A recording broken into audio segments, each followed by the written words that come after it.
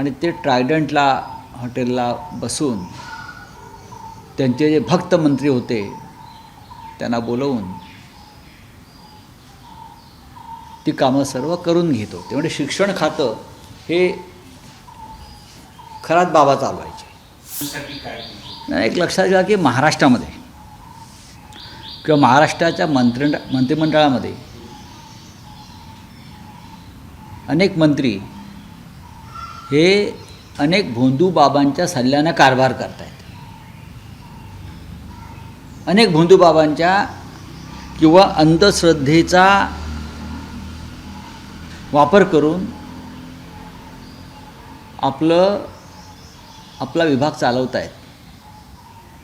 जसं काल ज्या नाशिकच्या एका बाबाला अटक झाली ते महाशय गेले काही काळ अनेक मंत्र्यांना सल्ले देत होते. मंत्रालयातल्या बदल्या असतील, बढत्या असतील, त्यात त्या मंत्र्यांच्या माध्यमातून हस्तक्षेप होता. दीपक केसरकर हे शिक्षण मंत्री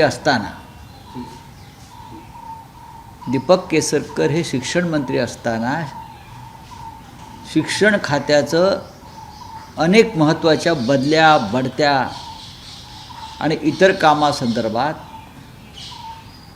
हे बाबा स्वतः लक्ष घालून अनेक अधिकाऱ्यांना बदल्या किंवा बढत्या देण्यास दीपक केसरकरांना भाग पाडत होते. आणि ते ट्रायडंटला हॉटेलला बसून त्यांचे जे भक्त मंत्री होते त्यांना बोलवून ती कामं सर्व करून घेत होते. म्हणजे शिक्षण खातं हे खरात बाबा चालवायचे. अशा पद्धतीनं राज्याच्या मंत्रिमंडळामध्ये मंत्री काम करत असतील आणि त्याला जर कोणी हिंदुत्व वगैरे मानत असेल आणि त्या हिंदुत्वासाठी कोणी जर बाळासाहेब ठाकरेंची शिवसेना फोडली असेल या हिंदुत्वासाठी, तर त्यांना आमचा साष्टांग दंडवत आहे. हे त्यांचं हिंदुत्व आहे. काल ज्या प्रकारचं हिंदुत्व आपण बाहेर निघालेलं आहे हे दीपक केसरकर,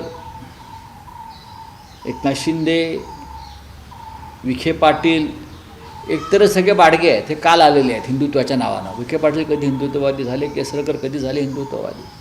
पण हे बाबा, महाराज, बुवा, भोंदू, अंधश्रद्धा, बरं का, रेडेबळी हे यांचं हिंदुत्व आहे. आणि त्या हिंदुत्वासाठी म्हणजे आम्ही शिवसेना पक्षप्रमुख उद्धव ठाकरे यांनी अशा ढोंगी आणि भोंदू हिंदुत्वाचा पुरस्कार केला नाही म्हणून त्यांनी हिंदुत्वाच्या मुद्द्यावर शिवसेना सोडली आणि त्यांचं हिंदुत्व काय आहे ते आपण काल पाहिलं.